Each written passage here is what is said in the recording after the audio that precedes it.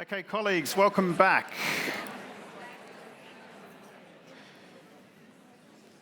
Certainly hope you enjoyed your elongated morning tea. I'm here to remind you of Slido. So, of course, Slido, please keep those questions coming for all of the sessions. Now, for those of you who were here for the previous session, I asked whether or not you resonated more with a tree or a river. And I do this often, and I keep a running tally of which one wins. So if you can, a show of hands for those of you who were trees. Oh, that's pretty good. Okay, river, just so I can see. All right, 50-50, we'll call it even. Someone said to me, what if I'm a tree with a river running through it? And I said, you get out. No, I'm joking. Okay, really delighted now to introduce our next session. We move on to our panel session, Tertiary Harmonisation, setting a new course to benefit Australia. The chair of this session is Dr. Sam McAuliffe, the Assistant Director, Policy and Research at TEQSA. Please welcome Sam.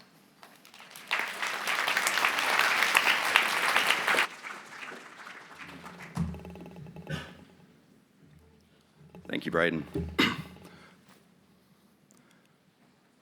Good morning, folks, and welcome to TEQSA's conference session on tertiary harmonisation.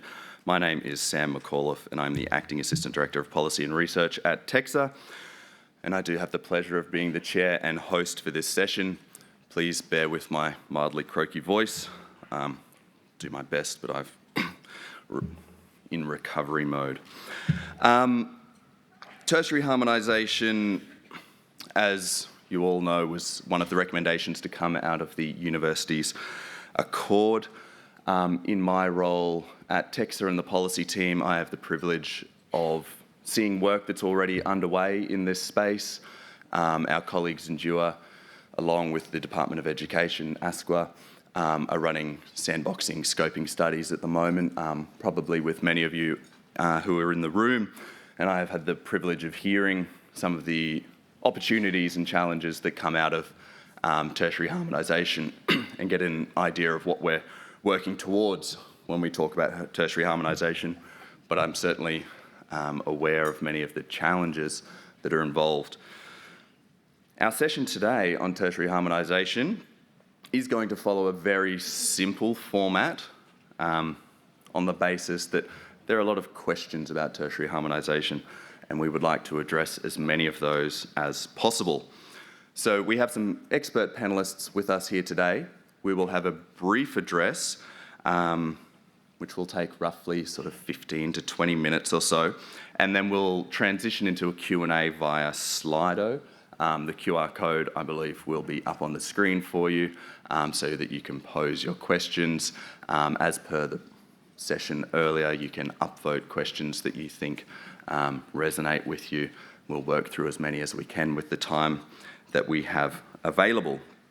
Of course, if you have questions that you've pre-prepared in advance, please start inputting them whenever you're ready, and we'll get to them once the Q&A session starts. So without further ado, I would like to introduce our four expert panellists to the stage, and they are here to answer all of your curly questions. We have Adrienne Nieuwenhuis, Acting Chief Commissioner of TEQSA. We have Christina Bolger, Deputy CEO of ASQA.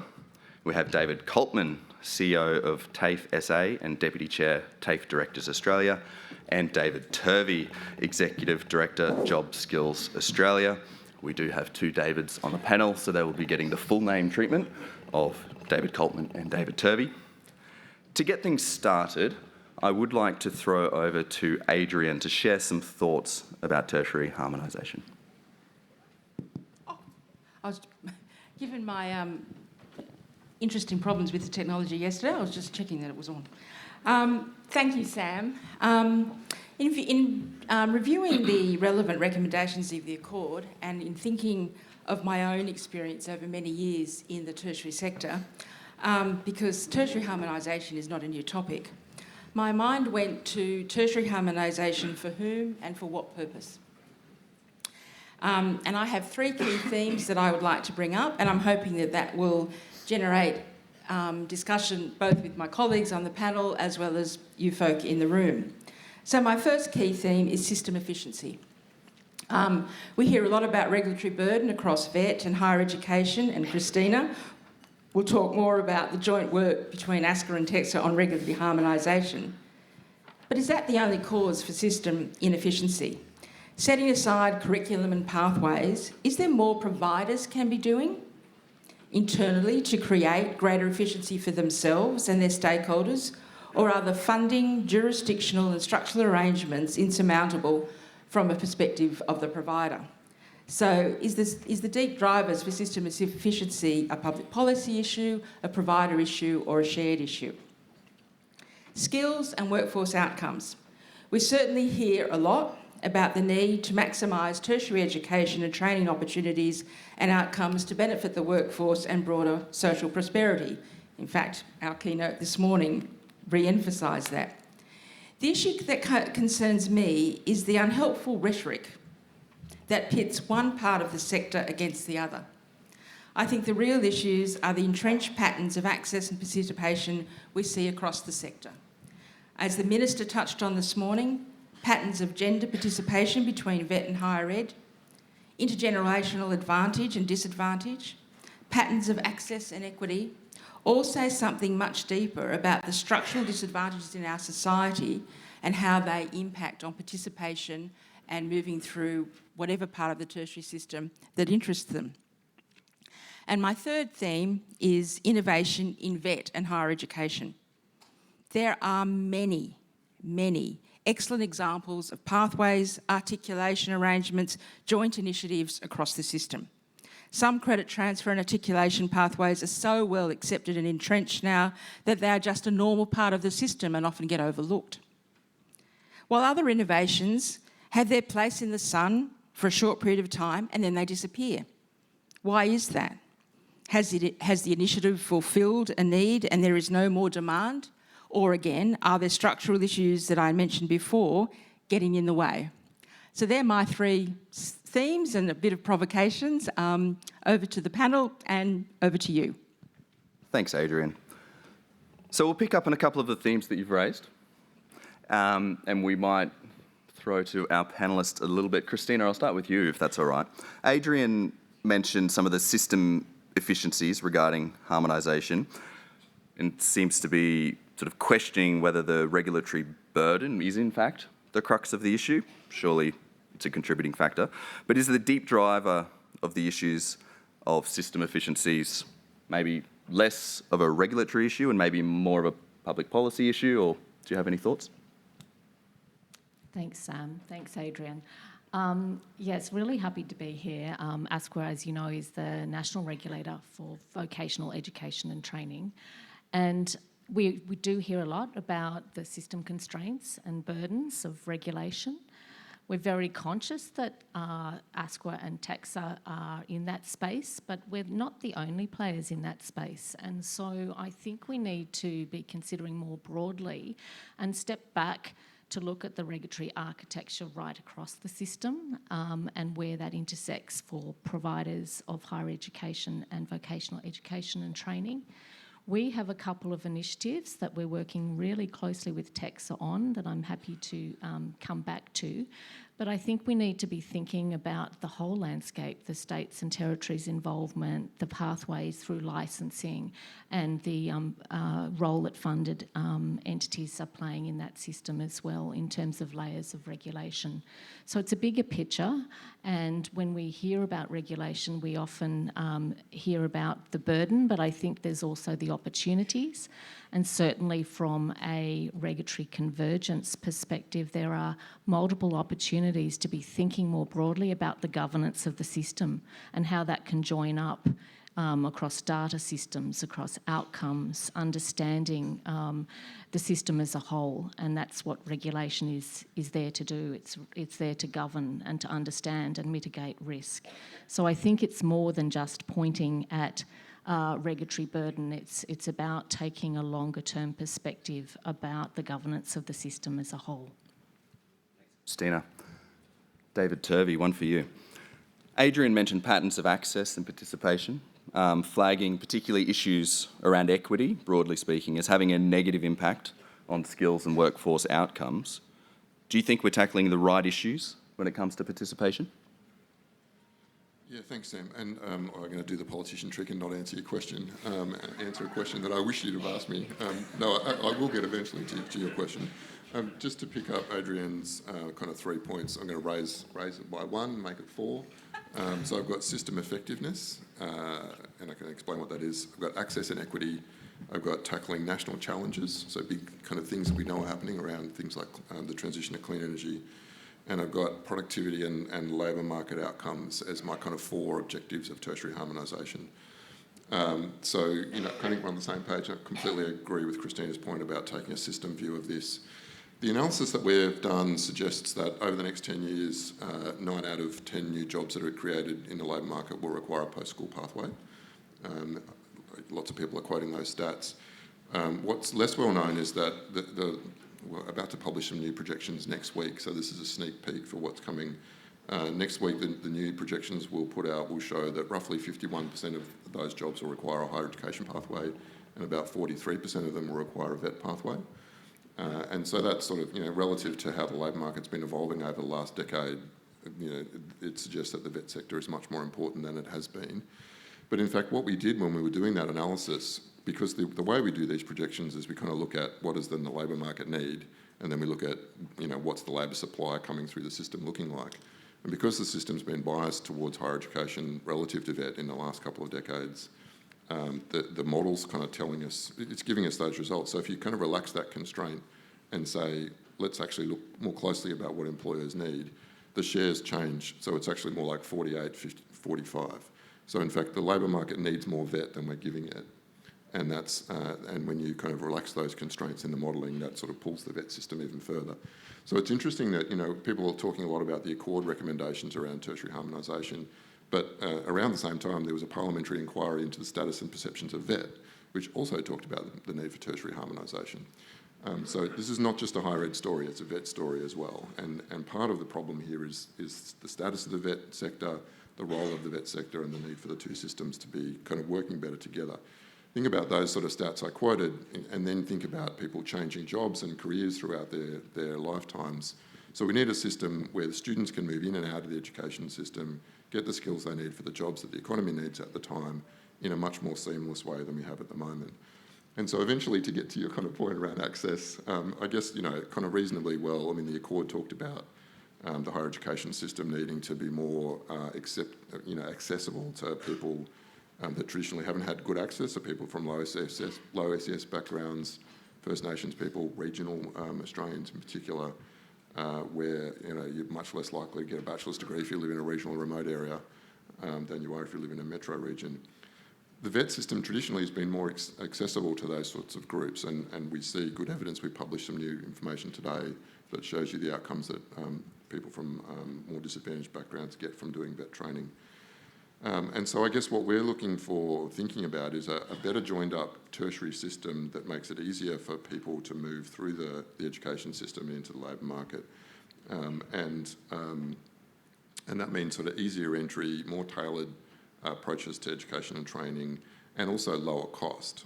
So the work we've been doing, and I hope David picks up this point, we've been looking at examples of where the systems are organically kind of merging. And we see a lot of them. So the vet and higher education systems, you know, participants from those systems are kind of doing things to meet industry need, to meet student demand, that are kind of naturally breaking down the barriers. And so we've been looking at how that's happening and why, and what are the kind of systemic problems that they're needing to overcome. And the kind of general, my kind of summary of the themes that come out of that is there's something about structured credit recognition, and RPL is a huge part of this story. There's something about work integrated learning and you know, the higher education system learning from the vet system there. And there's something about lower cost. So what we're seeing is people ending up with dual quals, dual pathways at significantly lower cost than if they did them in a streamlined way. So clear benefits to both students and governments. So sorry, rabbited on. Happy to pick that up in Q&A. Thank you very much. And finally, David Coltman. Adrienne has flagged that in many ways harmonisation is already occurring, particularly with regard to credit transfers, articulation pathways, but other initiatives seem not to gain as much purchase, as it were. So what's really getting in the way of us reaching a harmonised state, as it were, and what are we actually working towards when we speak of pursuing harmonisation? At the risk of being controversial, because that's what I'm tending to do, I think we're seeing harmonisation as the solution to every ill, and I wonder whether in fact it is. Whether in fact the diversity of provision is actually a strength of the system, and that we should look to find ways to both celebrate that and acknowledge that. It does require, oopsie, throwing my phone around, got two, that's good. It does require us to think differently about industry and whether industry does want to come to one provider to get all qualifications. Now, there are examples where that's been done incredibly efficiently. The dual sector model that's a feature here in Victoria, and how I came to this country is an obvious example, but so is every TAFE or state-based TAFE, a NUHEP at the moment, all offer higher education degrees. So the harmonisation is occurring, and it's occurring where it's demanded. And I think that student demand will also push for the integration between two separate institutions where that's required. So I think we're on the way, but it's not everything. Thank you very much. We are now going to move to the Slido questions. I believe, there we are, the QR code is up before you, so you can start posing questions. I note that some people have already begun, which gives us a great launching off point and picking up slightly what has already been addressed. This is a question that certainly I encounter a lot. It seems like a very fundamental question, and I would love one of our expert panellists to pick up on it. And it's a really simple one. What does harmonisation actually mean? Is it governance? Is it funding? Qualifications? Pedagogy? What is it? Would anyone like to kick us off? Adrienne. Look, I'll start. Because I think that's why my set of questions at the first place. What is harmonisation? For whom and for what purpose? Because I think it does mean different things to different people and for different parts of the system. And I really do take what David Coltman said about how much do we have to force relationships that perhaps don't work versus those things that just naturally fit, because that's the demand from the workforce or it's the demand of industry and so on and so forth. So I agree with whoever the question came from that the word harmonisation, you can look up a dictionary, but if you talk to whoever the system player is, I think you actually get a different answer and therefore a different emphasis. And that sometimes sort of worries me, because then are we poking at the right bit that perhaps needs to be tweaked to make things better? So, for example, harmonisation inside a dual sector provider could mean things like thinking about your governance differently, thinking about, do you have to have two academic boards? Are there ways you can think about your relationship between your curriculum pathways? All sorts of things could mean harmonisation inside a provider, just as David Turvey's talking about from a JSA perspective, harmonisation in terms of seamless pathways through. So I don't think there is one definition, and even if you go back to the Accord and read the 3 or 4 recommendations which are associated with harmonisation, they talk about all of the things we've just talked about now: data, systems, RPL, credit transfer, regulatory burden. They're all there. Thank you very much. There is another question here that picks up along those similar lines, which maybe one of our other panellists would be happy to address. And it's, again, a really simple question. What is the end goal of harmonisation? Is it for learners? Is it about productivity? Is it about effective governance? I'm happy to have a go. And to pick up on what Adrienne said, for me, it's about that kind of the seamless transition through the system, through the tertiary education system for the student. And because of jobs and skills is my job, it's for meeting the needs of the labour market, right? So it's about what employers need in terms of the skills that are required in jobs. And I know that both the higher education system and the vet system do broader things than just and teach people to do jobs. But I think that's critical. And so I think, it's about sort of making the system work for the participants in a lower cost and more efficient way than it has been. And I think the examples that we've been looking at in TAFE, having kind of arrangements with agreed credit transfer and single entry application processes that lead you into both vet and higher education, and sort of commitments around pathways from one course into another. These are just examples that are already happening in the system that are making it easier for the student and connected to what industry is looking for in terms of job outcomes. And so, in terms of what needs to happen, I mean, obviously more consistency around funding. We don't want people making decisions about which bit of the system to go to based on the funding available. We want them to go based on what they need or what they want. So there's something about AQF reform and consistency of esteem in the two systems. There's something about industry engagement. There's something about data and credit and regulation and work-based learning. There's a whole range of kind of things that need to change, I think, to make the system more effective. Can I add that there's also something about equity here? 75% of our students are classified as disadvantaged before they start. Now that's 75% of 45,000 students in the state of South Australia are coming to us and they're disadvantaged before they start. That's the only way we're going to make significant change as a sector, if those people can have access both to vet and higher education through pathways. But I can assure you that the people of Whyalla do not necessarily think that the university is for them.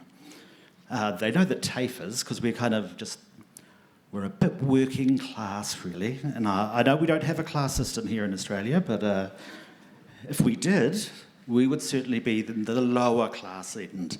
And I'm really comfortable with that, and I'm quite happy to own it. But we need to do that as both sectors, and just acknowledge that there is a real class difference here. There's a class difference in the way we're treated, in the way we're funded, in the way we're considered, and the way we're respected. And that passes on to our students. And that's a challenge for us all.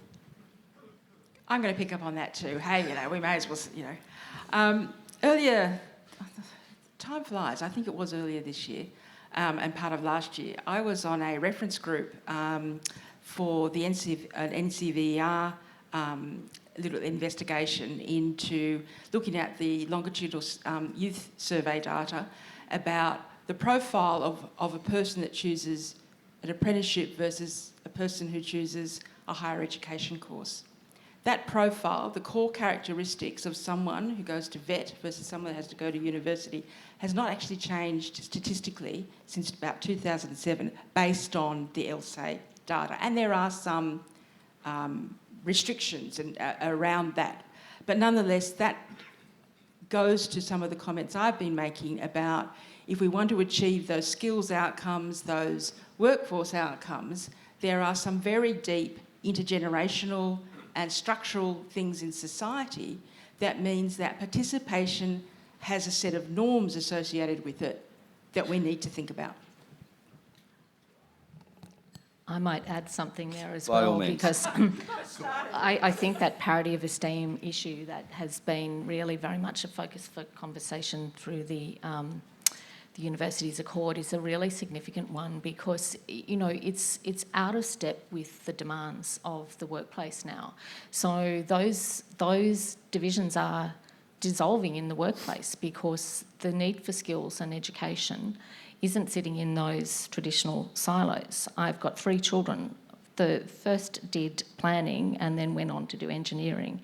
The second did a media course and then went on to communication studies, all through the workplace, mind you, the second involvement. So the connections between vet and higher ed are dissolving in the workplace because of the need for these integrated skill sets and education competencies. So I think the third one actually is on his way from community services to international development. So, there's so much of a demand for these integrated skill sets and kids are finding their way through that, but we've got a system that is structurally and I think normatively really siloed in terms of those arrangements.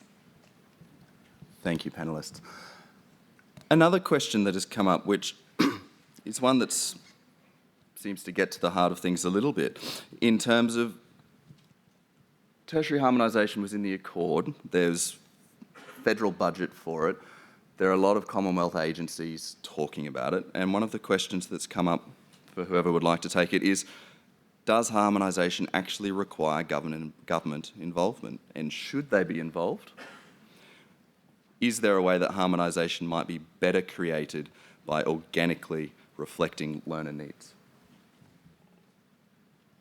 I'm happy to start, because I think the point that I'd like to make is that, as I said before, we've been observing this happening in the system already, and so, the vet and higher education systems are working more closely together. They are doing that to meet student needs and labour market outcomes, and they're kind of doing it despite the policy and regulatory barriers. So absolutely, there's a role for government. The role for government is to make those barriers easier for people to get over. And to make the system kind of work for the participants in it in a way that it's not at the moment. Christina? I agree, David. I think government does have a role. It's not the only player here, but even if we just go back to the objectives of ASQA's enabling legislation, it is actually to ensure that there's a vet quality framework that promotes and supports innovation, flexibility, and a regulatory system that supports Australia's need for highly skilled and educated population. So, it's very much front and centre in the objectives of our regulation. So there is a role there.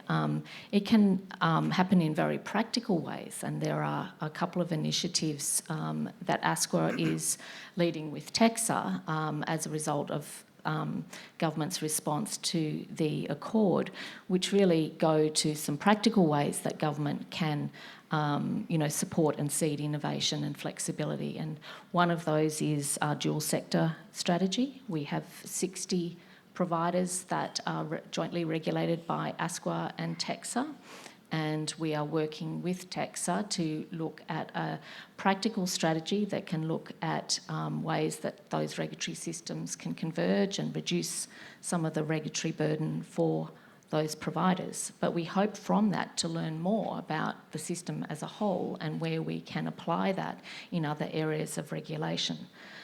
Secondly, we're working on a pilot to delegate our course accreditation function to TAFEs.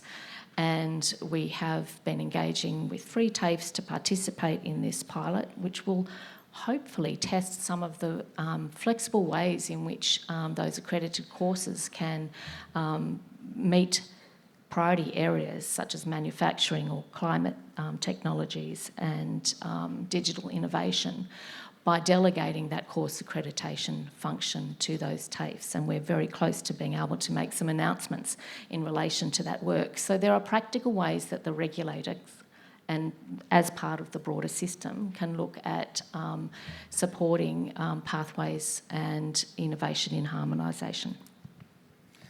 Can I add, just for a point of clarification, TAFEs are government, so we are wholly owned statutory corporations owned by the state governments.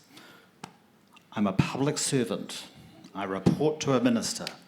There is nothing non-government about my role in any way at all. So are we part of government? Is the Accord therefore requiring government? Well, if you'd like TAFEs at the table, yes, it does. And that brings with us a complexity in our operation, which I hadn't experienced before I went to South Australia. And that's probably the only thing as a public servant I'm allowed to say. I think this next one is probably directly for you, Adrienne. We've heard already in the panel today about this harmonisation occurring between the regulators, between TEQSA and ASQA. However, does TEQSA feel that there is harmonisation between the standards and the HESA Act?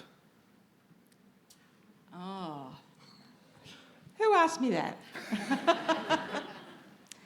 Look, as I said yesterday in the governance workshop, we operate in a very complex regulatory system.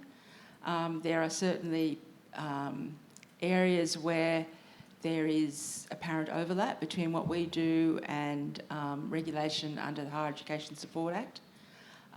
What I think about in these sort of situations is how the onus is on us as a statutory authority, a government agency, to work with our colleagues in the department so that we are aligned such that you aren't experiencing the burden. Whether that always happens in practice, I'm not quite sure at the moment, because there has been a lot of change and policy and different requirements under our world versus the HESA world. So I can understand the frustration of where that question comes from. But from my perspective, I think it's the onus is on us to work with our colleagues in the department to see how we can streamline some of these apparent overlaps to inform our regulatory processes so that you aren't overburdened. Got that one the wrong way around, didn't I? Oops. Yes, that was not a Freudian slip, you know. That was just me being tired. We do need to think about that burden, yes.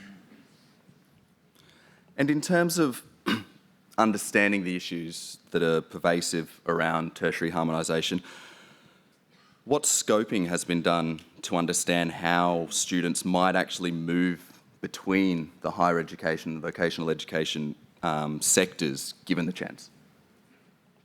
I might throw that to David, but I am going to say that one of the things I took heart from in the Accord, and what the Minister also said this morning, is about data and evidence. Because I do worry that some of the assertions that come out in public policy around this matter are not driven by good data, and that we are having claims of inefficiencies or problems because actually we don't know. So things like universal USI and all those sorts of things are great. I would dearly love to see the power of that data used better in terms of how we frame public policy, but I might throw to David. Leaning on me or you? I'll go first. Yep, cool. David T. Yeah, and look, I mean, we do jobs and skills and data, so we're doing lots of work to try and better understand these problems, including analysing the outcomes that students get from training and hoping to be able to extend that into higher education as well. I think there's a fair bit that we can do to help kind of clarify that problem. I guess the approach we've taken to the work that we're doing, so we're doing a kind of paper that will probably come out early next year as part of the kind of Commonwealth Government's efforts towards unpacking this problem. And as I said before, a big part of that work is just actually looking at examples of where we're seeing this. There's good examples in South Australia, TAFE, there's some good examples in Queensland around combined pathways that are using, training people how to be an electrician through an apprenticeship program and a degree at the same time, and doing that through a program that takes about 2 years less than it would if you were doing the two courses consecutively. So I guess this is the approach that we're taking, is to kind of actually look at the examples where there's a genuine need in the labour market, and industries collaborating with higher education and vet providers to come up with new programs designed to meet a particular need, and that's the basis upon which we're looking at, what are the regulatory obstacles or other problems that those participants needed to kind of overcome to get to that solution. Thank you very much. We hear a lot about students, ideally students being able to easily move between vet and higher education back and forth. And we hear a lot about articulation pathways, we hear a lot about recognition of prior learning. To what extent is the current Australian qualifications framework of the AQF fit for purpose? Does it need an overhaul? I think the AQF has such an amazing role to play, and it delivers that quite well. Our VET qualification system is a national qualification system, so the diploma, we don't get to choose our curriculum. It's from the same in every provider that you go to. So mapping to that is actually a relatively simple process, I believe, and have had experience of doing that relatively simply. It just depends on what the driver is for the integration. When it's student-driven or when it's industry-driven, it tends to happen quicker than if it is a mandated position of an institution, because there's no rationale to sort of drive that, and we can get very possessive about curriculum and materials and the importance of an aspect of curriculum, which, eventually it all kind of washes out in my view, but certainly not from the regulatory perspective or from industry regulators in particular. They have some concerns around the process and need to be assured that every student has the same learning experience, which is somewhat fantasy, I think. Well, it's cool. Yeah, every experience is different and the student learns differently, so... Can I jump in on that one? Of course. I'm by far from an expert in this field, but the vibe, what I hear from people is that the problem with the AQF is it kind of reinforces the hierarchy between vet and higher ed, and the idea that it's got a linear progression somehow kind of puts vet at the bottom and higher ed at the top. And while I don't think we have a class system, and I do think we have a perception problem, what we're trying to do is kind of even that out and make it less the case. And so the idea that a system that's sort of not kind of, higher ed is higher than vet, I think is where we probably need to go. I think the other part of that story that we've been thinking a lot about is the distinction between knowledge and skill and application and experience and all these things. We're talking a lot about skills-based hiring and employers hiring on the basis of skills rather than qualifications. And so the question that raises is, what's a skill? And that's actually a genuine question that we are struggling with. What is a skill? How do you define a skill? And so some combination of things things you can do, experiences you've had, and your ability to apply them in a particular context. And so one of the things that we're working on is the idea of developing a national skills taxonomy, which would sit alongside the Australian Qualifications Framework and the Occupational Classification Framework, which used to be called ANSCO, it's about to change its name, to try and kind of break down that sort of language barrier around the distinction between qualifications and what's needed in jobs.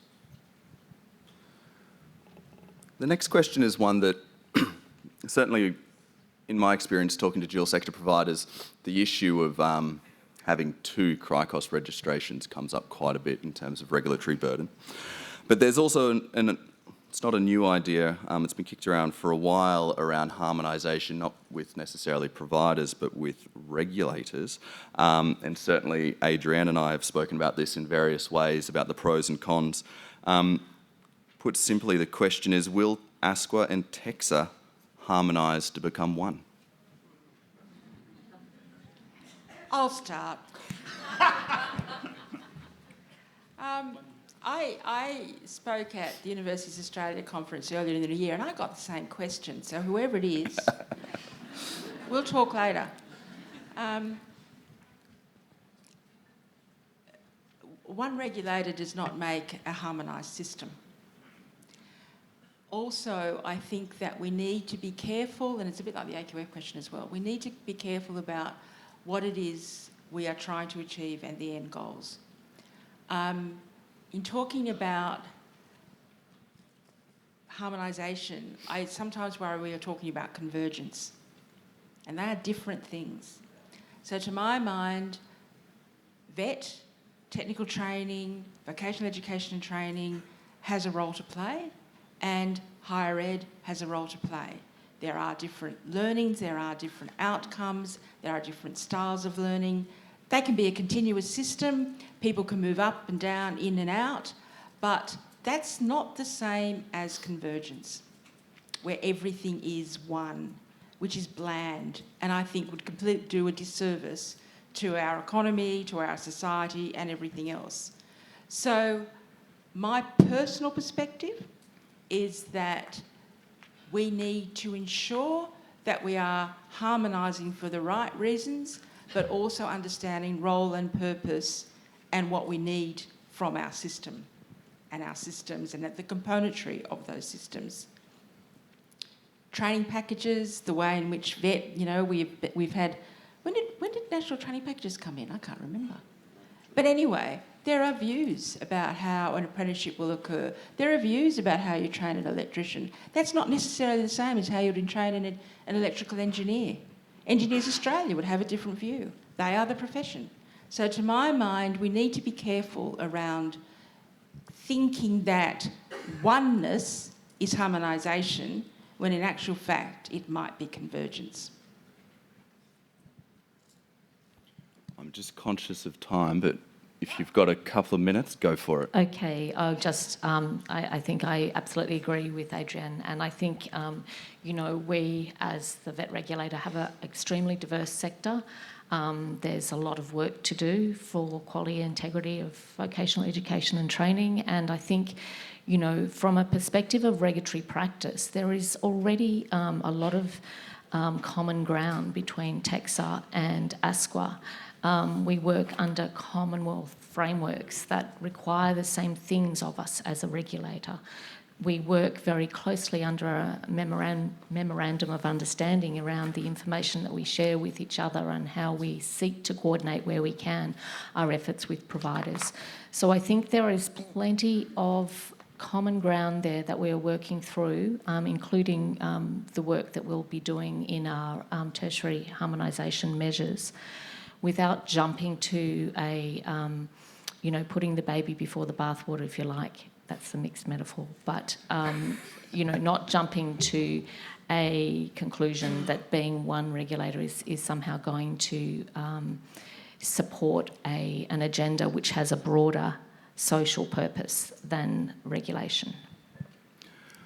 Thank you all very much. Time absolutely flies when you're having fun. It's really gotten away from me. We are, in the interest of ensuring a smooth transition into our next panel, we will wrap it up there.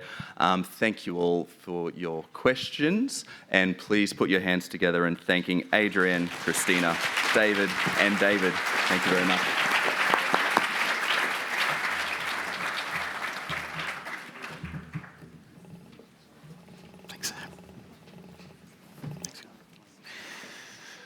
Thank you, Sam, for chairing a really fantastic, dare I say, harmonious, knowledgeable and very skillful panel. I'm now delighted to welcome our next chair and panellist. We're looking at uniting perspectives, fostering governance excellence to embrace challenges. Our chair for this session is the incomparable Professor Kerri-Lee Krause, chair of the Higher Education Standards panel. So please welcome Kerri.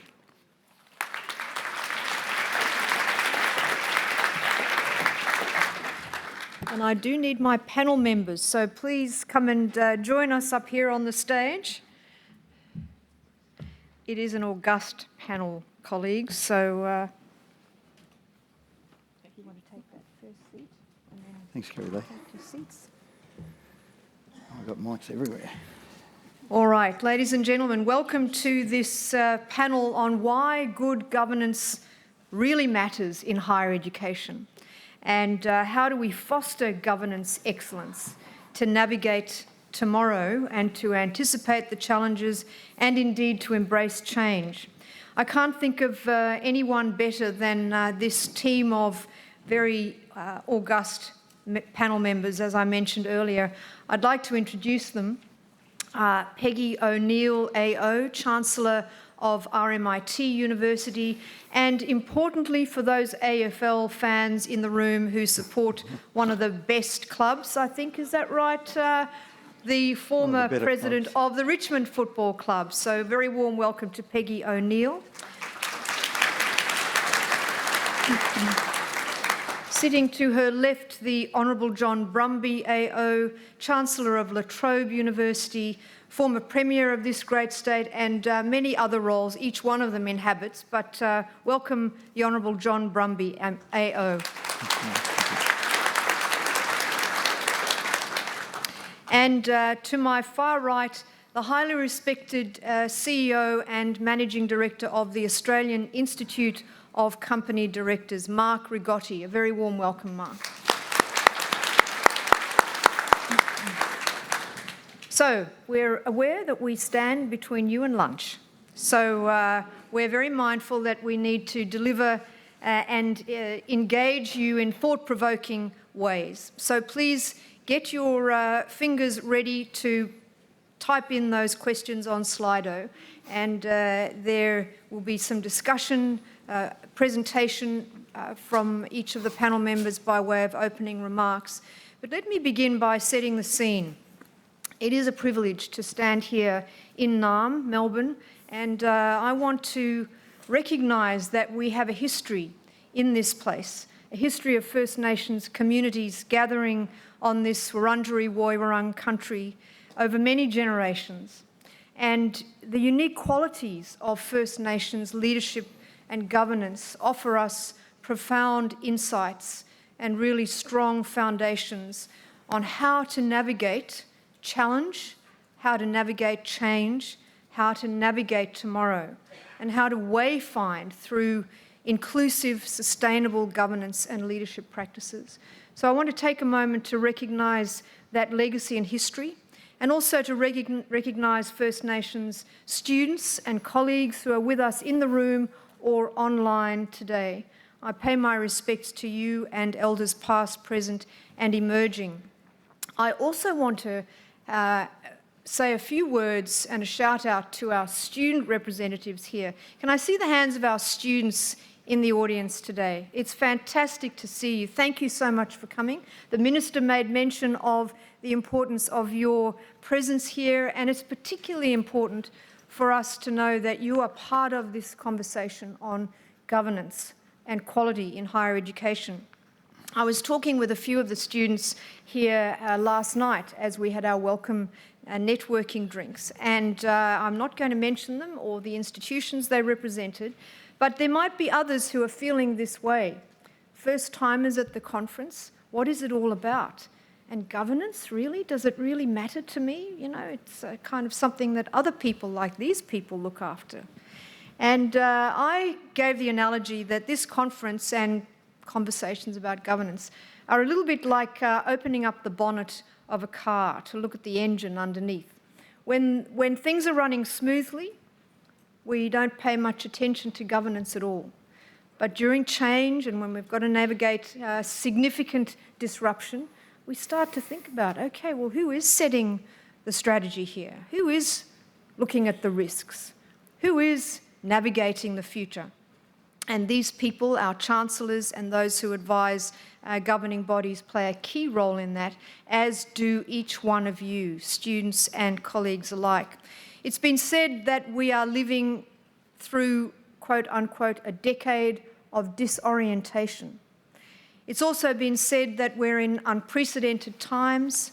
Some have likened this period to navigating our way like navigating a spaceship through an asteroid storm. Others have talked about headwinds of change, and the analogies go on. But corporate governance is a key to providing a steady focus during these unprecedented times. And the Australian Universities Accord, both the interim and the final report, shone a spotlight on governance in ways that I have not seen before. And the Minister released a communique in April 2024 on behalf of all the education ministers, talking specifically about the setting up of an expert governance council, and there will be more about that later, no doubt. But we're starting to see governance in conversations in ways that I've not seen for a long time, if ever. And yesterday we had a workshop that highlighted several risks that our governing bodies are juggling and grappling with. And thanks to Adrienne for the comprehensive list of risks and challenges. They include academic and research integrity, AI and cybersecurity, student safety and well-being, the scourge of sexual assault and sexual harassment on university campuses, not to mention the issue of international caps and financial challenges that higher education providers, whether you're a university or a small private provider, all are facing the challenges of these changes: social cohesion, academic freedom, freedom of speech, wage underpayment, and much more. These are the sorts of issues that come across the desk of our chancellors and the governing bodies, and remembering that our students are a key part of those governing bodies. So let me now turn to each of our panel members and experts. I've invited them to open with reflections in response to the following question: what do you see as one of the key challenges facing the contemporary higher education sector? And what role does good governance play in addressing these challenges? They may not limit it to one, but we'll see how we go. I've invited Peggy to start with an opening reflection, and then we will move into our group discussion, and questions are welcome. Thank you, Peggy.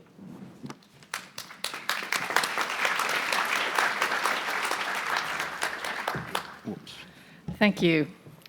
And thanks for the invitation to be part of this session today. And I think it's a very significant topic, as you undoubtedly know, to look at the standard of governance excellence that's going to be needed to meet the challenges education is going to face now and in the near future. But in my view, good governance comes down to a few critical factors.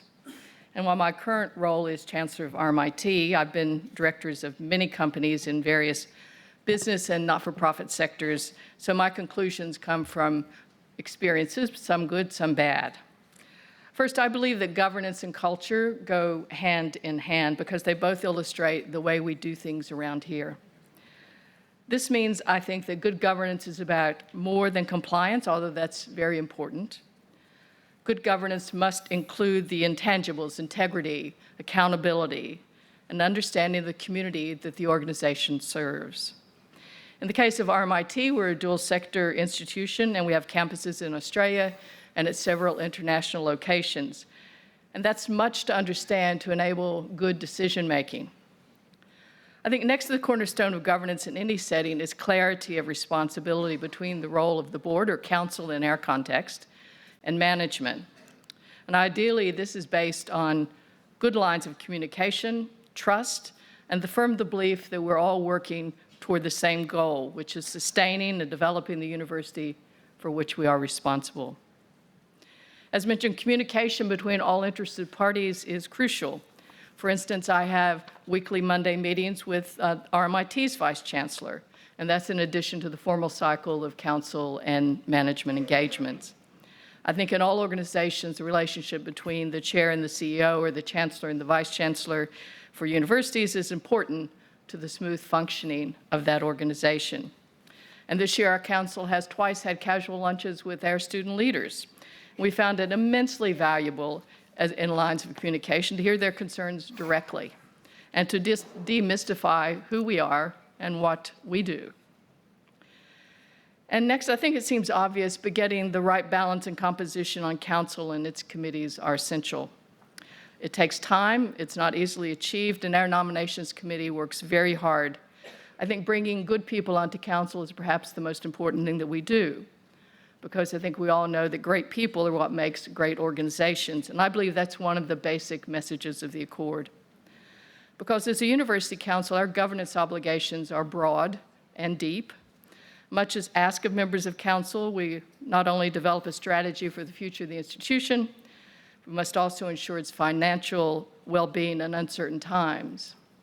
And of course, a good employer and a public institution, we do all we reasonably can to assure the well-being of staff and students. We're also an institution of many perspectives, as we should be.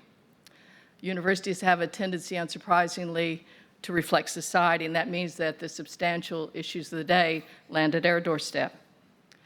Consequently, council decisions benefit from having a wide range of perspectives and experience from business, government, and academia.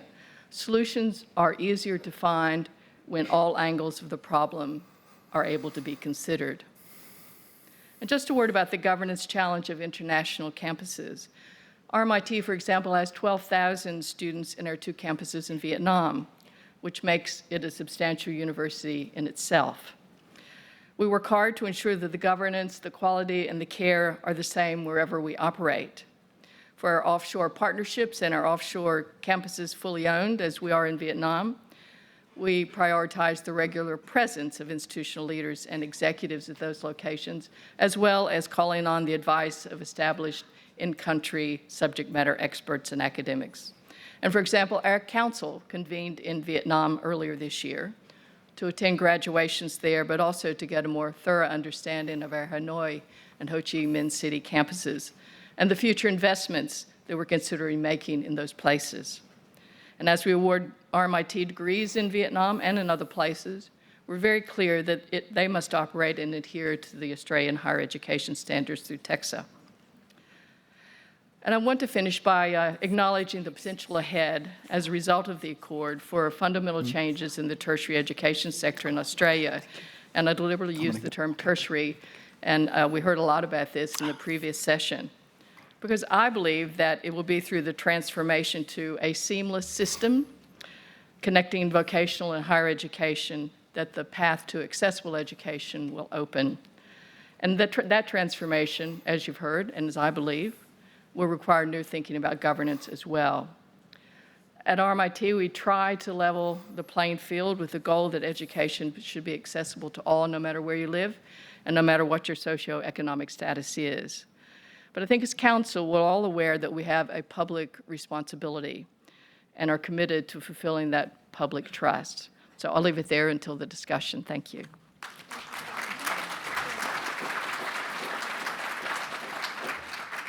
Thank you very much, Peggy, and thank you, Kerri-Lee. I'll just add to that with a few general comments, if I can, and then talk about one specific issue.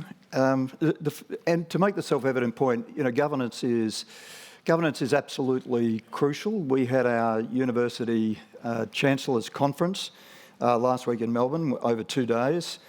We spent a lot of that conference time talking about governance. The expectations on councils, the requirements on councils, on university councils, what we need to do to ensure best practice in this regard.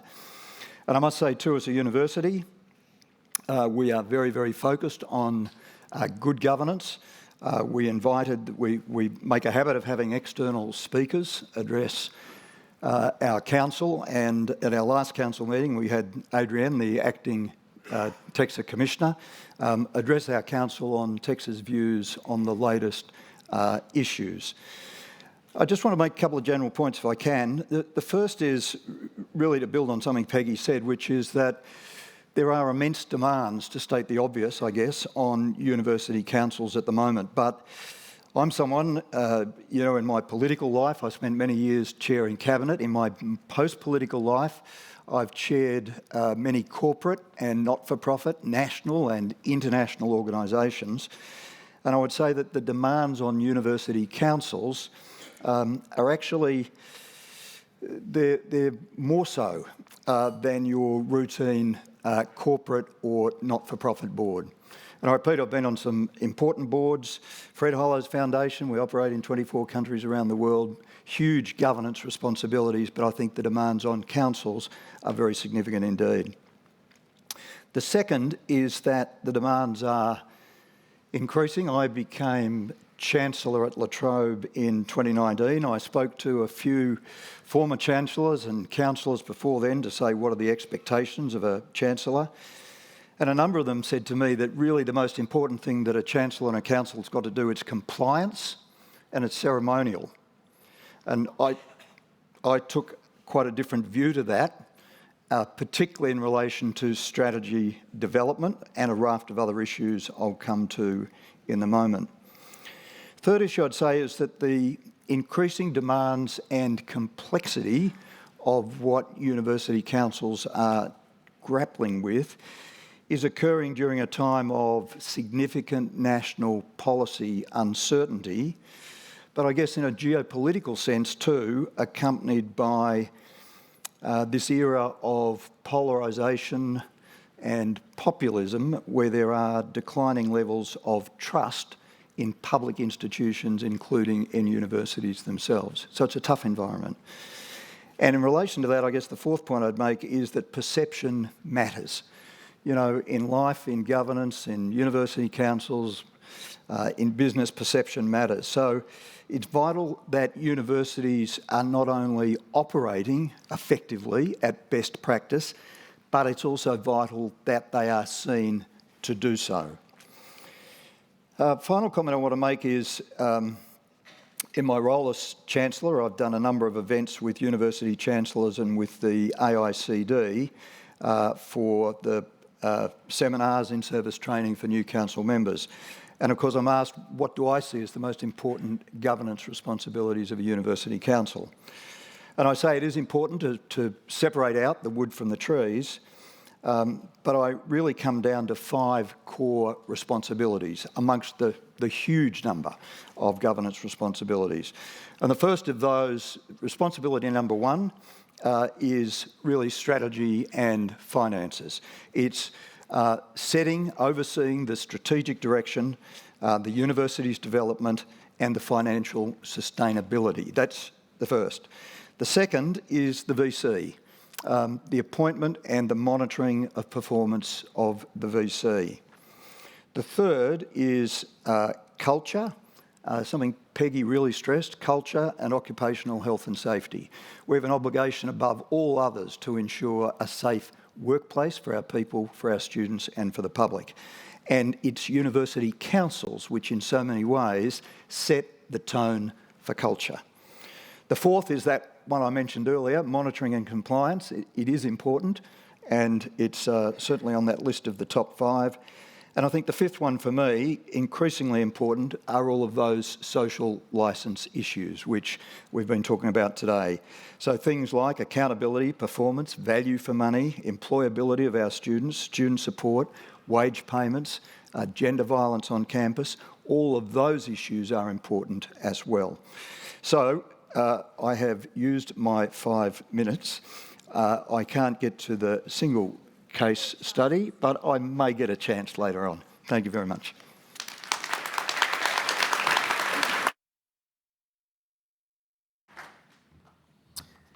Thank you, everybody, and thank you for having me here today. It's a privilege to be here.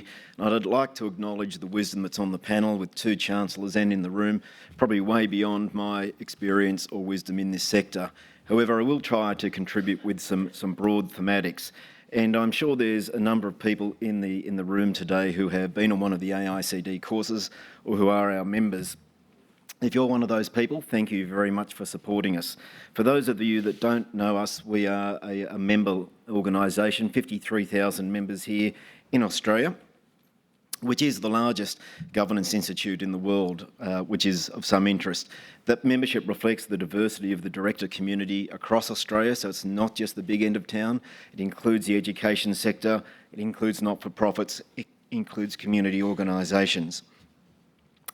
I remember when I was at school, I used to do debating and I was the 3rd speaker, which I quite liked. The really big downside of being the 3rd speaker is that the 1st and 2nd speaker take all your material. So I'd like to amplify some of the comments that have come before, and we didn't actually completely collaborate on these, so it's interesting that there is such commonality. I guess, firstly, to pick up John's comments on social licence and Peggy's on, I guess, what I would call stakeholder management, it is the AICD's view that that is paramount.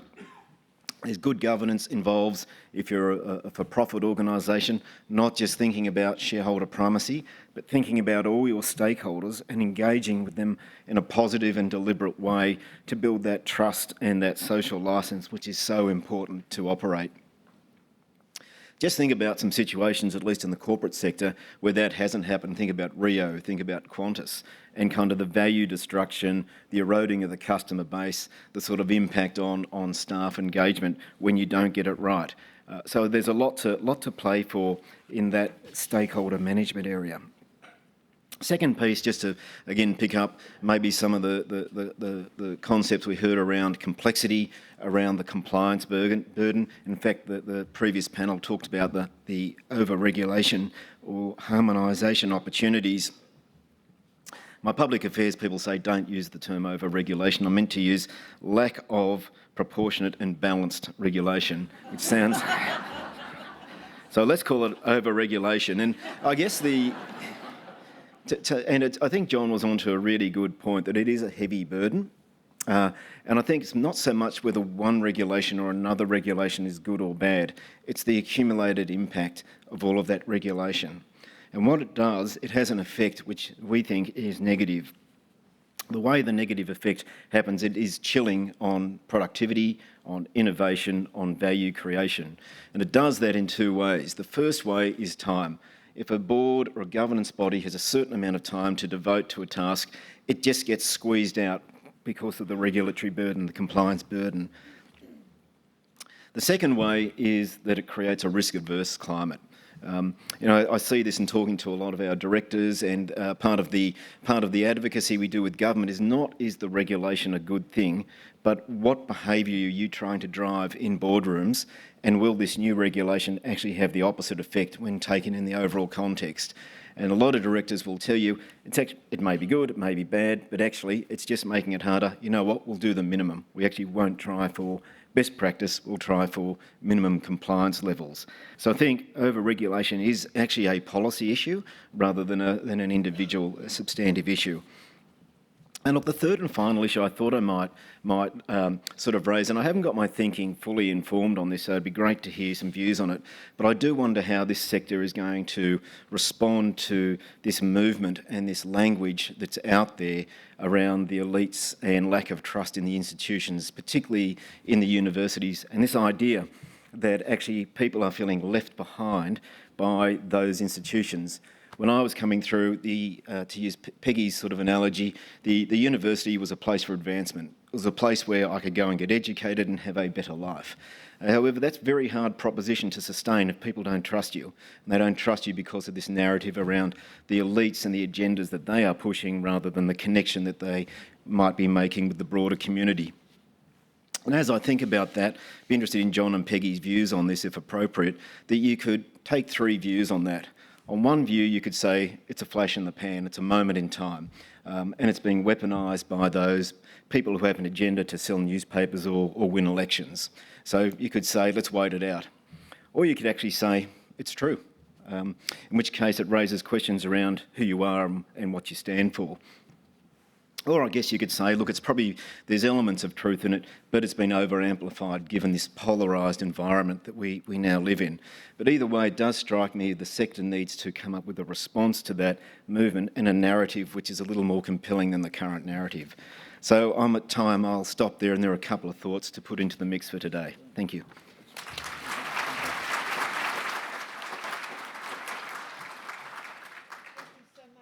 Panel, and I'm on, that's great.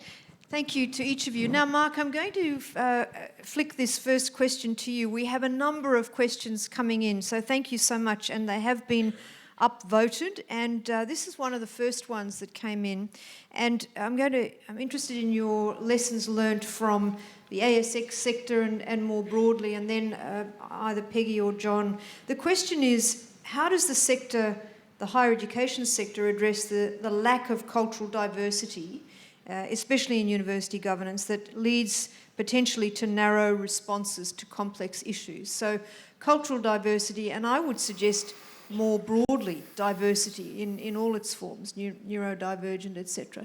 So in terms of lessons learned from where you sit, Mark, any advice for those who are looking to... Yeah, look, it's a great question, and we had a board strategy day at the AICD on Monday, and this was one of the issues we spent some time on, and we all decided it's a hard issue. And we look back a little bit on the work that the AICD has done on gender and the Chair's mentoring program that some of you may know about. And it's had a very positive impact on raising the participation of women on ASX 300 boards. It's a narrow slice, but you've got to start somewhere. And our thinking is, what can we learn from that? So one bit is actually have a plan, make a start, and be deliberate around what you're trying to achieve. On cultural diversity, it's a little more difficult than gender, we think. And I certainly, in my previous role, I had a global role and I was head of the Diversity Council there, and it's different in different places. I think a good place to start, just as a really practical tip on boards, is there's a thing called the observership program, and the chairs can appoint an observer invite them onto the board for a year. That's a really good place to start with some, a CALD or another culturally diverse person on the board to bring another perspective. And it's a low risk move, to be honest.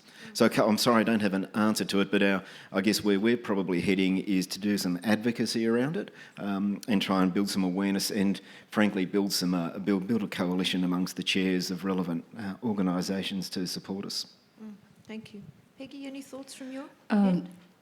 Yes, I think the number one step is to acknowledge you have a problem, to do the assessment, to understand where you're deficient and how that might affect good decision making, because I think the ultimate point of good governance is to assist in making good decisions. I know, for example, that Richmond, we decided that we needed to get more women involved. I was the only woman on the board at the time. And so all the committee chairs undertook to find a woman to serve on a committee. And again, it's sort of the observer thing. And over time, we ended up with 5 out of 10 directors, and they had come through the committee system. And again, that's one way to go. But right now, skills matrix talk about skills, but we also need to add in something about cultural diversity and also to reflect the community that you serve. And that's different for different organizations. But again, I think having the different perspectives, because you can just solve problems a bit more completely if you have people in the room who can add to the conversation and who have different life experiences. So I think you have to be very deliberate about it. Great. John, the next question I'm going to direct to you. You spoke in your opening remarks about the importance of social licence, the loss of trust in a range of public organisations and including universities. And this question has come through. Given the poor standing our universities currently have with government and society, so that's a view, I think shared by some, maybe many. The question is, are our current chancellors failing in their role in leading universities to build trust? And you might want to bring your case study in here at some point. No, I don't think I will. Okay. Not in the context of how you framed that question. Well, no, I don't think chancellors are failing, and I don't think university councils generally are failing. As I said before, I think the environment is incredibly demanding. There's a loss of confidence, as I said, in institutions generally. It's not just universities, and anything that's an institution, whether it's government, whether it's the media, the churches, every institution is being challenged in this environment, sometimes quite rightly, but in this environment of sort of populism and polarisation which is sweeping the world and really driven by a lot of social media. So that means the expectations are higher, and in terms of how we respond to that, we've got to be open to that commentary. We've got to be open to criticism about whether we could be doing better. And I think, to go to Mark's comments before, the truth is that we've got to lift our performance. In terms of student retention rates, in terms of student performance, in terms of employability, all of those things, we've got to do better as a sector in those things, and we've got to tell our story better. And I think, so that's the whole narrative story. I attended last week the Richard Larkins lecture, which is at Monash University, and some of you would have been attending that. Guest speaker was Carol Schwartz, but Sharon Pickering, the Vice-Chancellor, spoke. Sharon spoke fantastically well, and what she really spoke about was the importance of universities in our society. And I think we've lost track a little bit of this narrative about the advancement, the benefits that go with universities, the leadership role of universities. But for individuals and communities, it is still true that those who participate in a university education will go on to have, in general terms, a better life, and certainly a better life in terms of the income that they earn, because they've gone to university. And so we have this challenge, I think, about the narrative. We have it as individual institutions, but we have it more generally across the university sector. And so I'm one of those, Kerri-Lee, that thinks the university sector as a whole needs to be much more on the front foot, telling the story about universities, how they empower individuals, empower communities, and they're agents of change for the better in our society. But we've got to lift our own performance as institutions as well. Thanks, John. Can I make a supplementary comment there? I mean, just to build on that, like, the good news is that governance can help, particularly the governing bodies. And I think one of the reasons for that, I'm a CEO as well, and I suspect many in the room, you're busy doing your day-to-day job. All the stuff has to happen while you're thinking about these meta issues.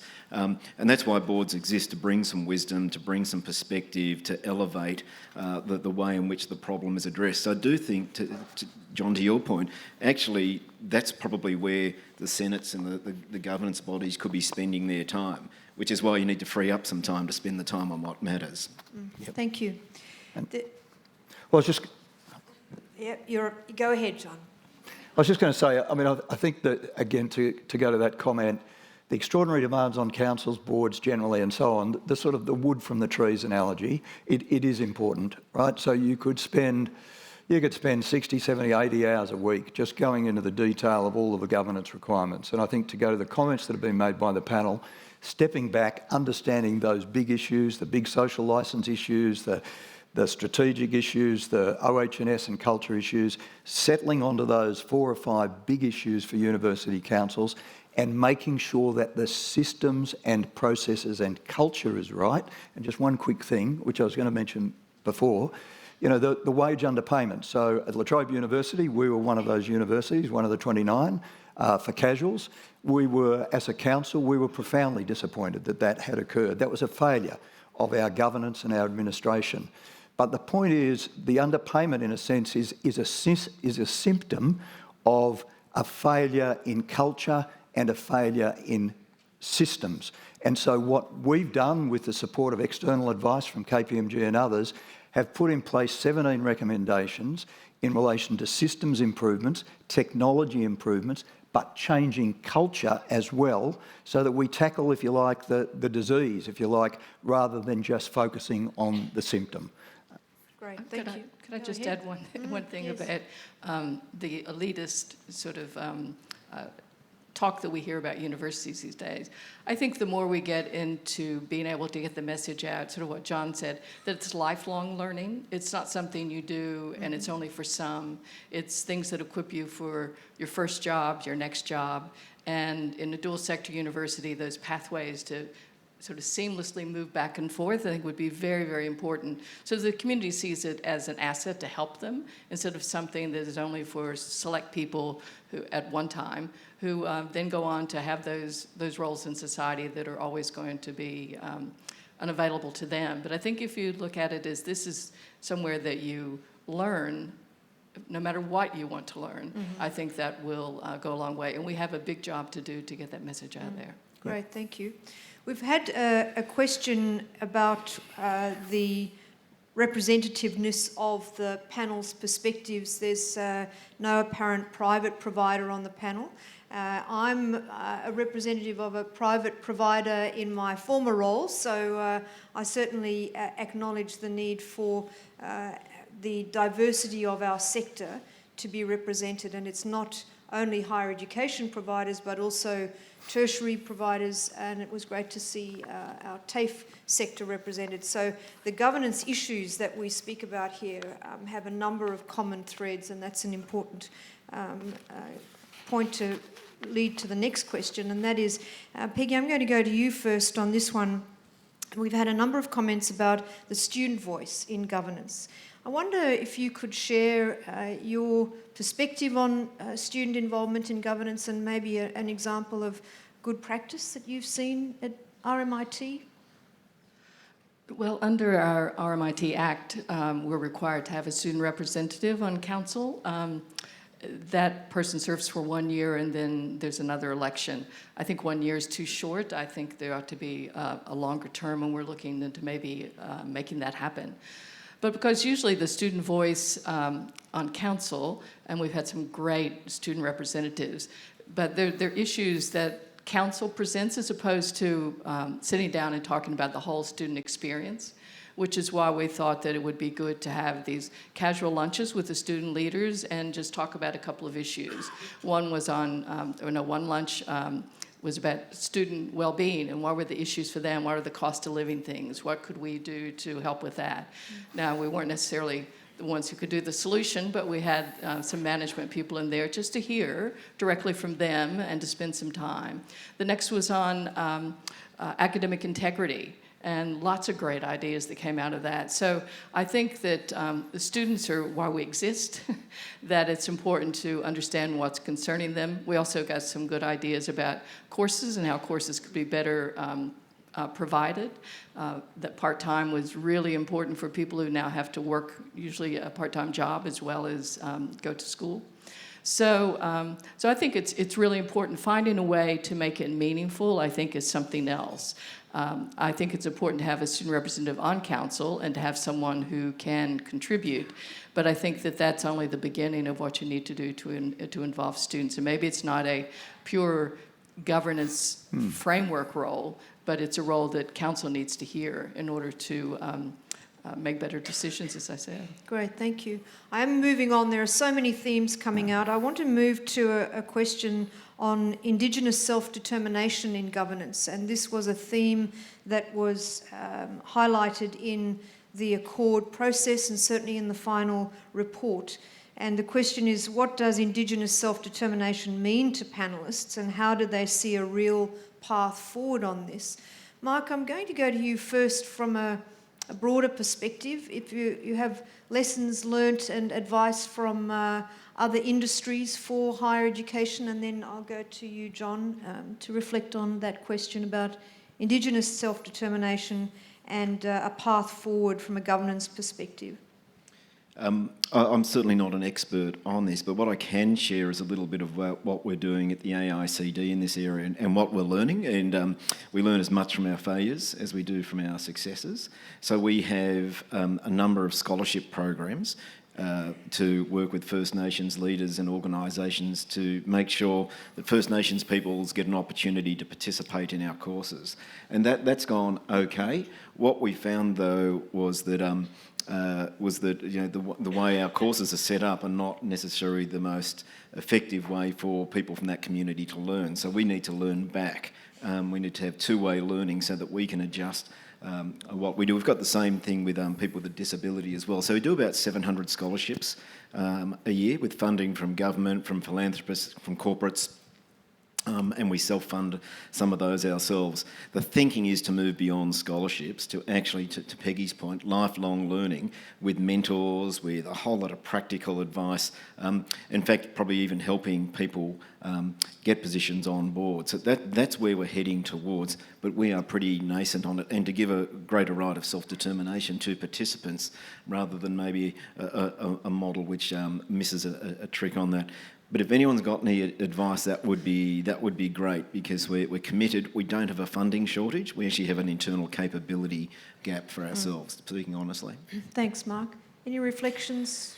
Probably not a lot that I could add to that, but I guess to go back to your earlier question on diversity on councils, I think the university chancellors and government and governing bodies are obviously very focused on ensuring that all university councils have a First Nations person.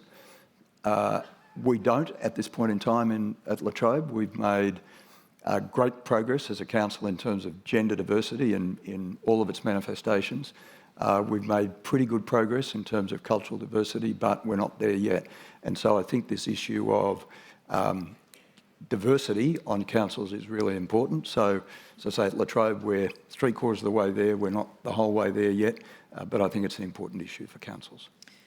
I can't believe I'm saying this, but we are hurtling towards the end and lunch is nearby. So what I did ask the panel to reflect on as we draw to a close is, in the midst of governance complexity and challenge, what is one piece of governance advice that you would leave with our audience today? One piece of advice. Peggy, I'm going to start with you. I'll go to Mark and then John. Well, I think that I've already said it, that our job is to get great people to serve on council, because great people make great organisations. And that includes getting the right representatives and the mix, and that's not easy to achieve, but it's something that we need to strive for. Great, thank you. My one, which builds on the students' discussion we just had, is to actually have a stakeholder management plan, map your stakeholders, work out who the right people are within the organisation to engage with those stakeholders and to do it meaningfully, to Peggy's point, and to have the board involved in that. It's not a task that stakeholder management, it's not a task that the board or the governing body can outsource. Thank you, Mark. John? I think it's just getting that governance framework right. And that really means keeping the focus, as I said earlier, on the big issues, not the myriad of little issues, but the big issues. And that's, strategy development, it's VC appointment and performance, occupational health and safety and culture, setting the tone for culture, compliance, and then the raft of social licence issues. And I guess to go to the point that I think we've all made, to then stepping back a little and separating the wood from the trees. As I said before, you could spend your whole working week immersed in the detail, but step back, make sure you've got the systems right, the accountability and the reporting and the framework right, and focus on those 4 or 5 key issues. Great. I did promise you a thought-provoking panel discussion, and I think we have delivered very well. So in closing, I'd like to draw on the words of Jordan Payne. She's a proud Nimbinbur woman from Broome, Western Australia. And her reflections on governance are, for First Nations people, you don't walk into the boardroom with 35 years of experience. You walk in with 35 plus thousands of years of experience, because we all have this knowledge that has been transferred to us and through us. The knowledge we hold isn't just ours. There is a whole other generation that comes with that experience. It teaches us how to be creative with the problems we must solve. And here's the kicker, and how we look at relationships and systems. And what I've heard from our panel today is very much about the connectedness, the relationships within the organisation as well as with community, building that trust and confidence, and looking systemically at how we govern. So plenty to reflect on. Please feel free to enjoy conversations, to take these questions further over lunch. And with that, please join me in thanking our panel today.